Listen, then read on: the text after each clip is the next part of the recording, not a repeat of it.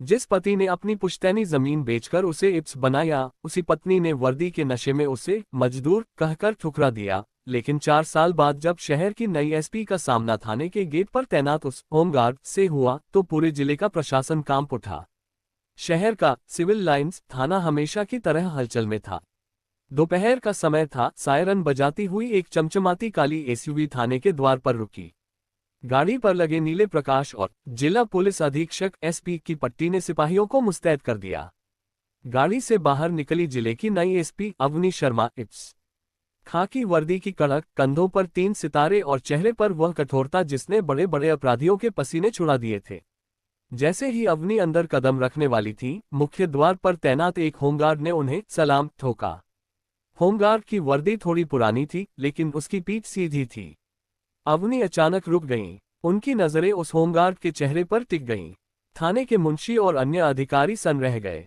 सबको लगा कि शायद होमगार्ड की वर्दी में कोई कमी है या उसने सलाम ठीक से नहीं किया।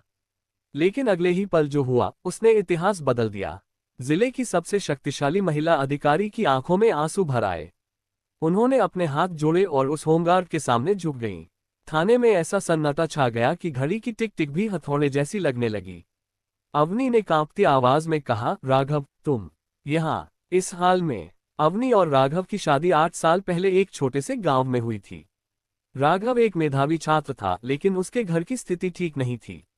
अवनी का सपना हमेशा से आईपीएस बनने का था। राघव ने अपना सब कुछ दांव पर लगा दिया। उसने दिन में मजदूरी की और रात में अवनी को पढ़ाया। अवनी की किताबों, कोचिंग की फीस और दिल्ली के खर्च के लिए राघव ने अपनी पुश्तैनी जमीन तक बेच दी। अवनी सफल हुई, वह आईपीएस बनी, लेकिन सफलता अपने साथ अहंकार का जहर भी लाए। मसूरी की ट्रेनिंग और लग्जरी लाइफस्टाइल ने अवनी को बदल दिया।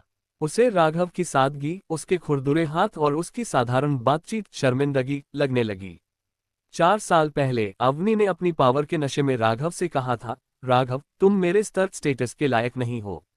लोग पूछते हैं कि मेरा पति क्या करता है, तो मैं उन्हें एक मजदूर नहीं बता सकती। मुझे तलाक चाहिए। राघव ने कोई बहस नहीं की।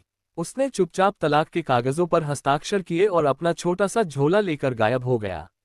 अवनी को लगा कि उसने अपने बोझ से मुक्ति पा ली है। अवनी अपने आलीशान केबिन में बैठी थी, लेकिन उसका ध्यान फाइलों में नहीं था। उसने थाने के इंस्पेक्टर को बुलाया। वह होमगार्ड, राघव, वह यहाँ कब से तैनात है? इंस्पेक्टर ने डरते हुए कहा, मैडम, वह पिछले 2 साल से यहाँ है। वह सबसे ईमानदार कर्मचारी है। अजीब बात तो यह है कि वह अपनी पूरी तनख्वाह गांव के एक अनाथालय में दान कर देता है और खुद एक छोटी सी खोली में रहता है। अवनी का दिल बैठ गया। उसने उसी शाम सादे कपड़ों में राघव की खोली कमरे का पता लगाया। वह शहर के एक गंदे इलाके में एक छोटा सा कमरा था। दीवार पर एक ही फोटो टंगी थी, अवनी की वो फोटो जब उसने पहली बार वर्दी पहनी थी। अवनी फूट फूट कर रोने लगी। उसे एहसास हुआ कि उसने जिसे बोझ समझा था, वही उसकी सफलता की नींव था। अवनी ने राघव से मिलने का साहस जुटाया। उसने राघव को अपनी सरकारी गाड़ी में बैठने को कहा, लेकिन राघव ने विनम्रता से मना कर दिया।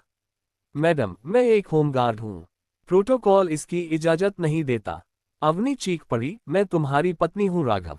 राघव ने शांति से कहा, नहीं अवनी, वह रिश्ता उस दिन खत्म हो गया था जब आपने वर्दी को इंसान से बड़ा मान लिया था। आज मैं खुश हूँ। कम से कम यहाँ मुझे किसी को अपनी सादगी के लिए सफाई नहीं देनी पड़ती। अवनी को पता चला कि राघव ने होमगार्ड की नौकरी इसलिए चुनी थी क्योंकि वह दूर से ही सही अपनी अवनी की सुरक्षा का हिस्सा बनना चाहता था। उसने कभी अवनी को फोन नहीं किया, कभी अपनी पहचान नहीं बताई। वह बस गेट पर खड़ा रहकर उसे आते जाते देखना चाहता था। अवनी को विभाग के पुराने रिकॉर्ड से एक और खौफनाक सच्चाई पता चली।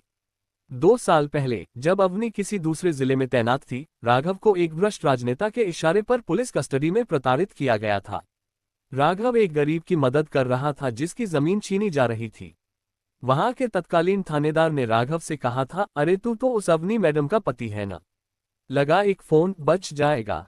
राघव ने लॉकअप में खून थूकते हुए कहा था, उनका नाम मत लेना, वह देश की बड़ी अफसर हैं।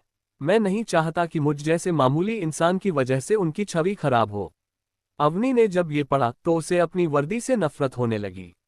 जिस आदमी ने अपनी हड्डियां तुड़वा ली लेकिन उसका नाम नहीं लिया, उसे उसने एक नाकाबिल कहा था।